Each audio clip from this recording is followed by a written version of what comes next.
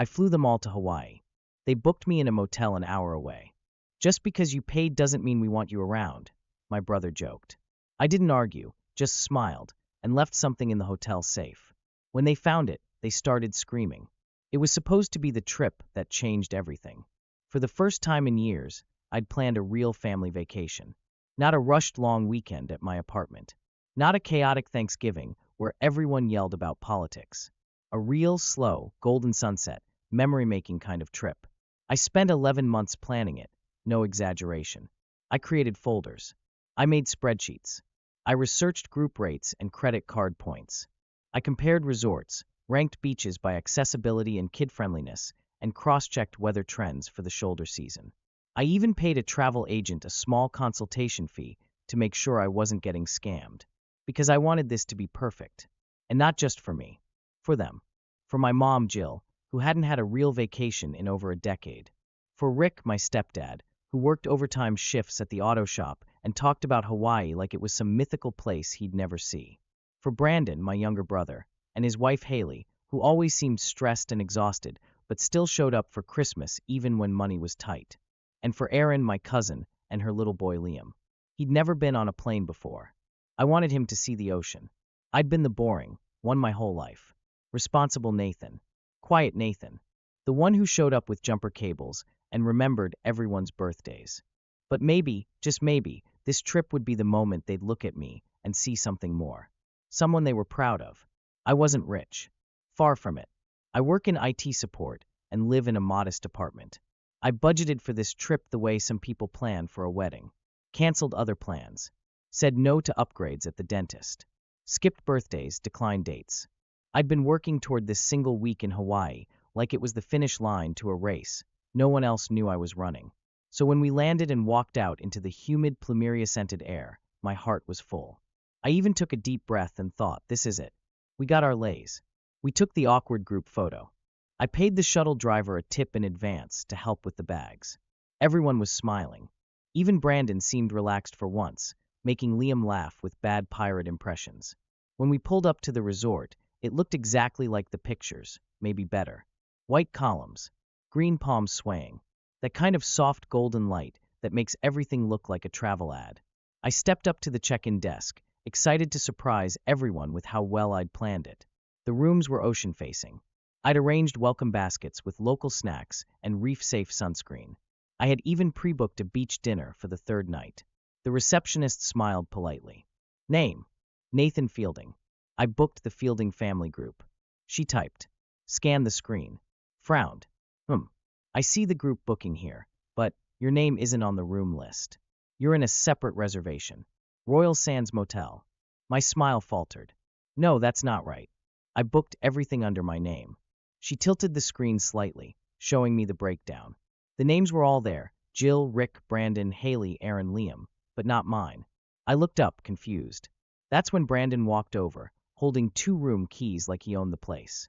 Oh yeah, he said. We moved your spot to a quieter place up the road. Figured you'd want your space. I laughed, unsure if it was a joke. Wait, what? Haley joined him, sunglasses already on. It's better that way, isn't it? The motel's super close. Just an hour. I blinked. Why would I stay in a motel? Brandon shrugged. Look, just because you paid doesn't mean we want you around the whole time. He said it like it was funny, like we were still at baggage claim, and he was teasing me about my carry-on. Haley chuckled. Come on, don't be weird about it. Weird. Right. Of course. Jill finally stepped in, arms crossed like she was bracing for drama. Honey, it's no big deal. There just wasn't room for everyone, and Erin really wanted to stay with us. Plus, you like quiet, don't you? You've always been independent. Independent. The polite word for unwanted. Rick mumbled something like, you'll be more comfortable there anyway, without looking at me. And I stood there in that cool, expensive lobby, holding my suitcase, realizing they'd all made the decision together. Behind my back. After I paid for everything. I could have fought it. I could have said, actually, no. I booked this. I deserve to be here. But the words caught in my throat. My heart was pounding in my ears, and my face felt hot. Instead, I nodded. Sure, I said. Sounds peaceful. I took the new address from the front desk and rolled my suitcase out through the side door, past the valet and the bellhop, and the manicured hibiscus bushes. The Uber driver gave me a look when I told him where to go. That place. You sure? I smiled like it didn't matter. Yeah, I'm sure. The motel was, well, it had a roof. I'll give it that. The room smelled like air freshener and unresolved crime. The beach access was technically accurate if you didn't mind crossing 2 roads and a parking lot to get to the strip of sand. The bedspread had a strange, sticky texture I didn't care to investigate. The only view was of a rusty vending machine and a faded sign with half the bulbs out. Royal Sands, stay a while. I sat on the edge of the bed, suitcase still closed, and stared at the wall for a long time. I kept waiting for someone to call, to say they'd made a mistake, to laugh and say, "Gotcha, you're actually staying with us, come back." Nothing. I thought about the tiny gifts I'd packed for everyone, Hawaiian-themed puzzles for Liam, a set of local teas for Mom, a water-safe phone case Brandon had mentioned wanting. They were still zipped in my carry-on, neatly wrapped. I'd imagined handing them out the first night, everyone pleasantly surprised, laughing over drinks by the pool. Instead, I was alone, listening to a couple argue in the next room over whether or not the baby looked more like her ex. I showered with my flip-flops on. I couldn't bring myself to unpack. The next morning, I got up early and caught another Uber back to the resort, hoping, God knows why, that the mood had shifted. Maybe they'd had time to realize how wrong it all was. Maybe today, they'd remember who booked this trip. Maybe I'd get a seat at the table. They were already having breakfast when I got there. Laughing. Relaxed. Brandon was wearing a loud Hawaiian shirt and telling a story I'd heard him borrow from me years ago. Haley had her sunglasses perched on her head like a crown. Jill was holding Liam and feeding him bites of fresh mango. No one noticed me walk up. "Hey," I said, trying to sound breezy. "Morning." Jill smiled vaguely. "Oh, Nathan. We didn't know you were coming. I figured I'd catch up with you all," I said. "What's the plan today?" Rick glanced at Brandon. "We're thinking of hitting the beach. Maybe the hike later." I nodded. "Should I meet you somewhere?" Haley tilted her head. "Oh well, we thought you'd want to do your own thing." "I paid for the group's snorkeling tour," I reminded them quietly. "It's at 2. "Right," Brandon said, chewing. "We might just skip that. Aaron wants to take Liam to the aquarium instead." I opened my mouth to say something. But what? That I'd spent hours booking things tailored to them? That I knew Rick hated boats but agreed to go because Jill was excited? That I had laminated itineraries printed for everyone, still tucked in my backpack like an idiot? Instead, I said, "Cool. Whatever works." There was no room at the table. Haley gestured toward the pool bar and said, "They've got great coffee if you want to grab something." I nodded again. Then I walked away before anyone could say another word. Not that they would have. They were already peeling off toward the beach, towels over shoulders, sunglasses on, like I didn't exist. But instead of heading toward the pool bar or the shuttle stop, I took a quiet left turn into the resort lobby. The air conditioning hit me like a wall. It was almost too cold after the heat outside, but it helped. It cleared my head. I stepped up to the reception desk. The same woman from check-in was there. She looked surprised to see me again. "Can I leave something in the hotel safe?" I asked. "Of course. Would you like to set up a pickup code?" "No," I said. "Just label it for the Fielding family. If I don't show up to breakfast tomorrow, please give it to them." She paused, but didn't ask questions. Just handed me a security envelope and logged the request. I sealed it, handed it over, and thanked her politely. Outside, I paused near a palm tree and watched my family from a distance. Brandon was trying to teach Liam how to do a handstand in the sand. Jill was posing for a photo with Rick.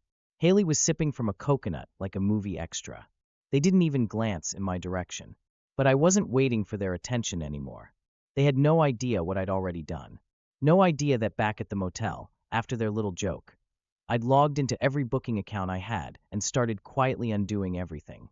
The inter-island flights, the excursions, the hotel extensions, the catamaran tour Brandon wouldn't shut up about. All of it gone. And now, tucked inside the hotel safe, was something that would make sure they understood exactly what they'd thrown away. I didn't know what would hit harder, the cancellations or the words I left with them. But I could already picture the moment they opened it. The silence, the dawning confusion, and then the screaming. Let them enjoy their sunrise. It was the last free thing they'd get from me. It wasn't just about Hawaii. That's the thing people don't get when they hear stories like this. It never starts with a vacation or a hotel room. It starts years earlier, in the quiet moments where you realize you're not the favorite, not the funny one, not the golden child, just the one who's useful. I was 8 the first time I felt it. Brandon had accidentally knocked over my Lego tower, a really complicated one I'd spent a week building. He laughed, said it was stupid, and walked away. When I told Mom, she barely looked up from the dishes. Don't be dramatic, Nathan. He's younger than you. Just build another one. That was the template. Brandon breaks it, I rebuild it. He forgets something, I remember it. He spends too much, I quietly pay the bill. And every time I asked for even the smallest acknowledgement, I got a pat on the shoulder and a reminder to be the bigger person. So I became the bigger person. When Dad left, I stepped up. I helped Rick move in when Mom remarried. I made flashcards with Brandon for his algebra final. I let him borrow my car.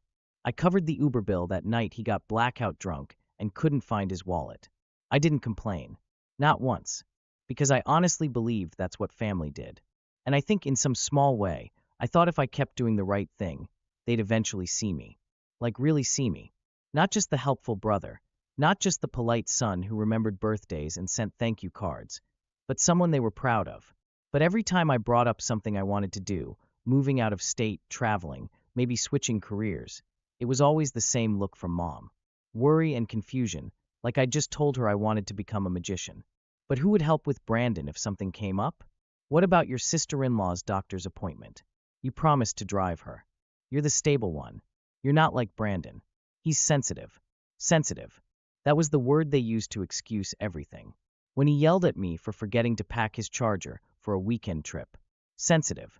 When he ghosted Haley for 2 weeks early in their relationship, and I had to lie to her face about why he wasn't texting back. Sensitive. When he crashed his car after leaving a bar and called me instead of the police. Sensitive. But me? I was solid. A rock. Our Nathan. He always handles things. The truth is, I didn't mind helping, not at first. I like being dependable. I like being the guy people trust. But it started to chip away at me when I realized it wasn't love holding that structure together. It was expectation, obligation, guilt. Like when I paid for Erin's moving truck after her ex left and she cried, saying I was the only one who'd been there for her. Then she didn't invite me to her son's birthday because there weren't enough chairs.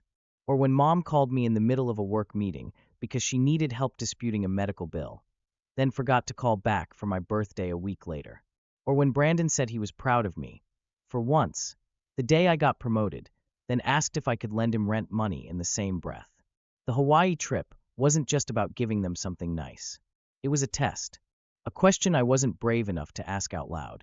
If I gave them everything, would they finally treat me like I mattered? And now I had my answer. When I got back to the motel after breakfast that second day, I sat on the end of the bed and stared at the receipt for the Royal Sands Motel. I had paid for that too, of course.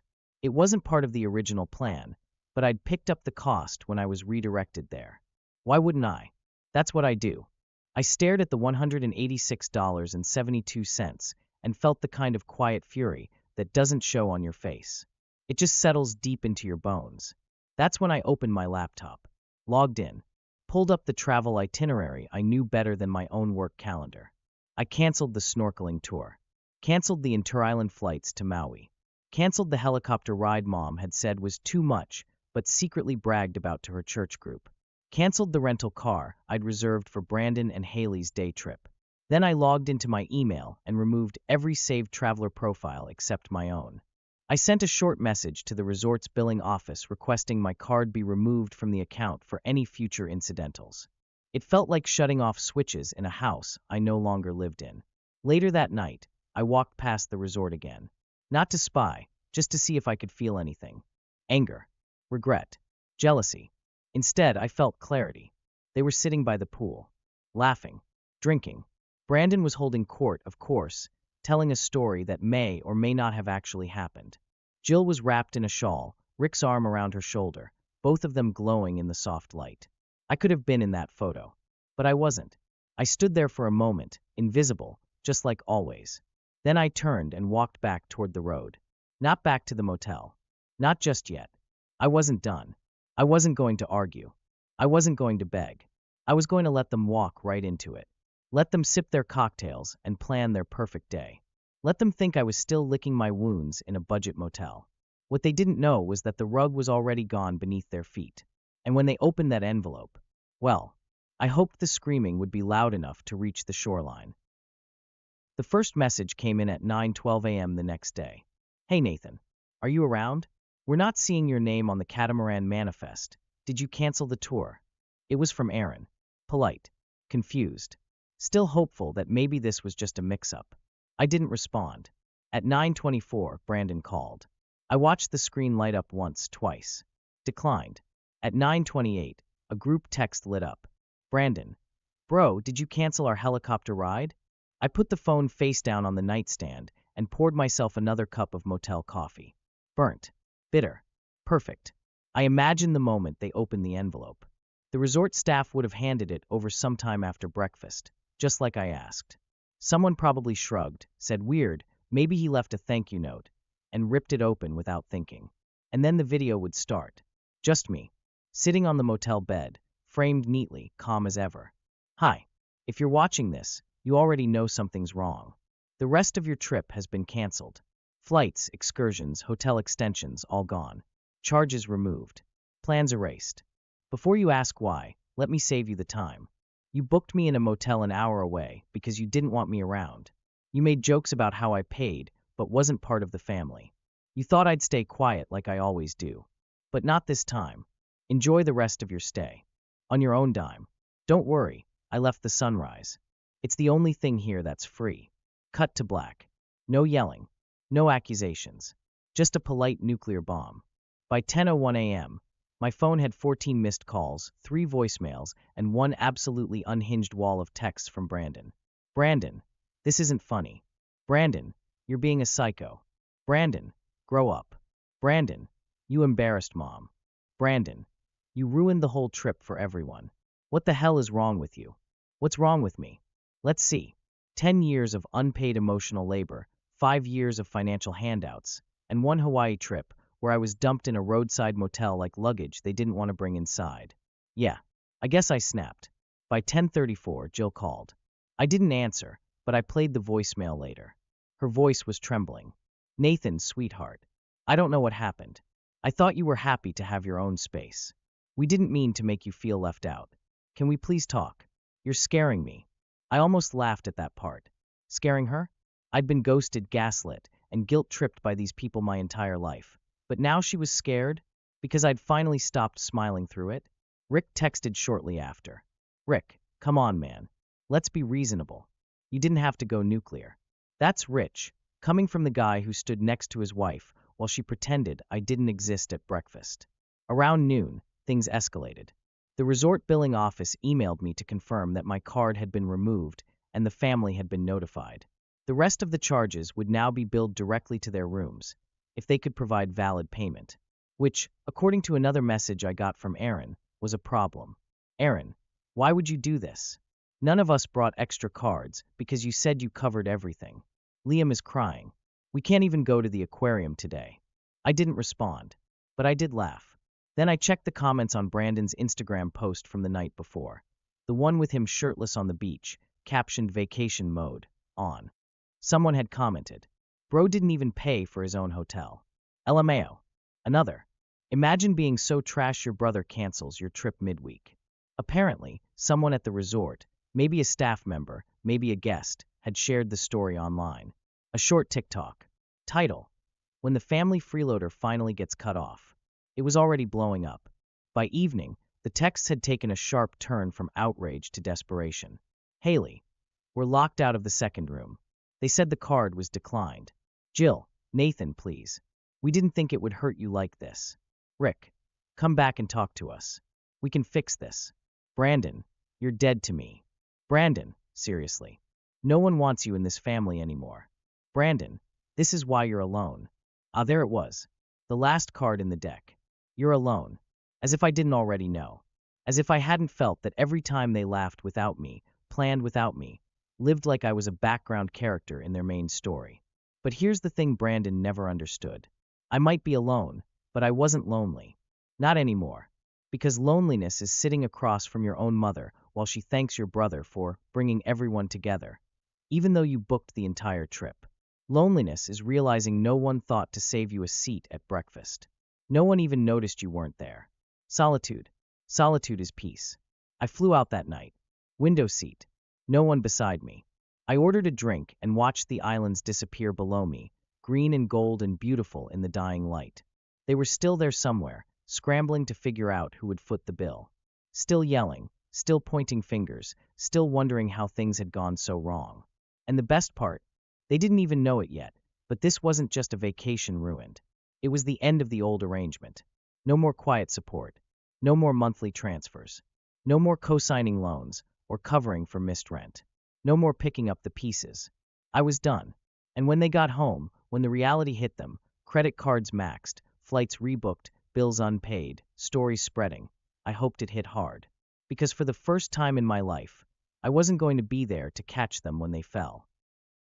The silence lasted 2 days. I thought maybe that was it. Maybe they were so stunned, so embarrassed, they'd just disappear. That would have been fine. Better than fine, actually. Clean. Simple. But no. Day 3, the spin machine kicked in. It started with a post on Brandon's Instagram story. Some people wait their whole lives to ruin one vacation. Hope it was worth it, bro. Then a cryptic Facebook update from Jill. Families aren't perfect, but we grow stronger through love, not cruelty. And then came the full PR tour. Haley wrote a long, carefully worded email to a handful of extended relatives. Yes, she CC'd people. She framed it like a tragic misunderstanding. Nathan felt excluded due to a booking issue and reacted by canceling our entire trip without warning. It was heartbreaking. We're still trying to process the trauma. Trauma.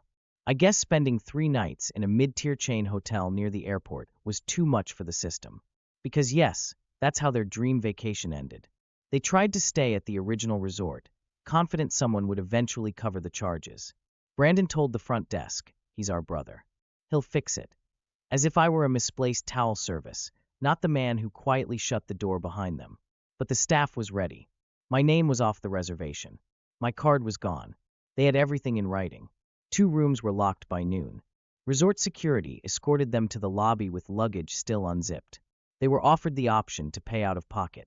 They couldn't, so they checked out. They spent the final 3 nights of their vacation in one room with 2 double beds and a rollaway cot, at a hotel near the airport with no beach access and lukewarm breakfast eggs. I know this because a resort staff member, someone who watched the whole thing unfold, emailed me privately just to say, "We were all rooting for you." Apparently, the screaming really was loud enough to reach the shoreline. They skipped the remaining excursions. Never made it to Maui. The catamaran tour Brandon bragged about? Gone. Aaron cried in the lobby when they canceled Liam's aquarium visit, after trying to guilt the ticket clerk into letting them in for free. When it was time to go home, reality hit harder. I had also canceled the return flights. They had to scramble at the airport, paying last-minute fares with whatever cards still worked. Haley's was declined twice. Rick ended up covering most of it with a credit card he said was only for emergencies. Turns out, losing your free vacation midweek because you alienated the person funding it qualifies. By the time they landed, the story had already gone viral. Someone at the resort posted a short TikTok. When the family freeloader finally gets cut off, a clip of Brandon yelling in the lobby, a blurry shot of Jill crying, one of Haley storming off while holding 2 inflatable pool floats. 500,000 views in under 48 hours. The comment section was brutal. Protect Nathan at all costs. This is why you never bite the hand that pays for the helicopter tour. Plot twist. Nathan wasn't the quiet one. He was the loaded gun. Then came the real desperation. Back home, they realized the damage wasn't confined to Hawaii. I had canceled all ongoing support. The monthly money I sent Jill? Gone. The just-in-case savings account Brandon had access to? Closed. The shared Costco membership I'd been paying for? Revoked. I sent one final email. Simple. Final. Effective immediately, I am no longer providing financial or logistical support to any member of this family. Please do not contact me unless it's through a lawyer. They didn't take that well. Rick sent me a screenshot of a credit card bill with a passive-aggressive text. Rick, your mother's really struggling. Any chance you could help, for her sake? I didn't reply. Brandon posted a photo of him and Jill looking sad at a diner, captioned, "Family is supposed to forgive." The comments backfired. Again, A friend of mine commented, "Didn't you brag about ditching your brother in a motel? Good luck with that forgiveness tour." And then they went full scorched earth. They called around to mutual friends and extended family, trying to plant the story that I'd overreacted, that I'd always been emotionally unstable, and that the whole thing was part of a long pattern of control. It might have worked if I hadn't already released the video. I uploaded the original clip, what I'd left in the hotel safe, just slightly edited for context. No commentary, just facts. A calm voice, a clear message. You didn't want me around. Now you're on your own. The internet took care of the rest. Some of their friends stopped calling. Jill lost her part-time bookkeeping gig. Someone who saw the video and didn't want drama tied to their small business. Aaron's ex used the situation to argue for full custody, citing emotional instability and public embarrassment. Brandon tried to go on a podcast to share his truth. It got 4 views and 2 dislikes. Meanwhile, I was thriving. I booked a trip to Kyoto. Just me. No guilt. No group chat. I walked under cherry blossoms, ate noodles in alleyway shops, and slept better than I had in years. I started building a new life, a smaller circle, but peaceful. People who liked me because I was kind, not because I was convenient. For the first time, I wasn't the support beam in a collapsing building. I was just free. The last message I ever got from Jill came 2 months later. "I know you hate us. I just wish you'd remember that we're still your family." I stared at it for a long time, then typed one line. That used to mean something. And I hit send. It's been 9 months since the trip. Without my support, things unraveled fast. My mom and Rick struggled almost immediately. Turns out, I'd been quietly keeping their budget afloat more than I realized. He picked up gig work to cover what used to come from me. She stopped answering calls from relatives after a few awkward conversations about how things went in Hawaii. Brandon burned through his last emergency fund within weeks. Haley moved in with her sister just until things stabilize, and he tried crowdfunding his way out of rent trouble. It didn't go well. One of the top comments read, "Maybe don't ditch the guy paying for your vacation next time." Aaron tried to get a loan co-signed. No one in the family wanted to touch it. Last I heard, she was working retail and back living with her mom. I didn't gloat. I didn't reach out. I just moved on. Turns out, peace is quiet and affordable, especially when you stop paying for everyone else's chaos. But now I'm wondering, was I right to finally draw the line? Or did I go too far? Let me know what you think in the comments. And if you want to hear more stories like this, don't forget to subscribe.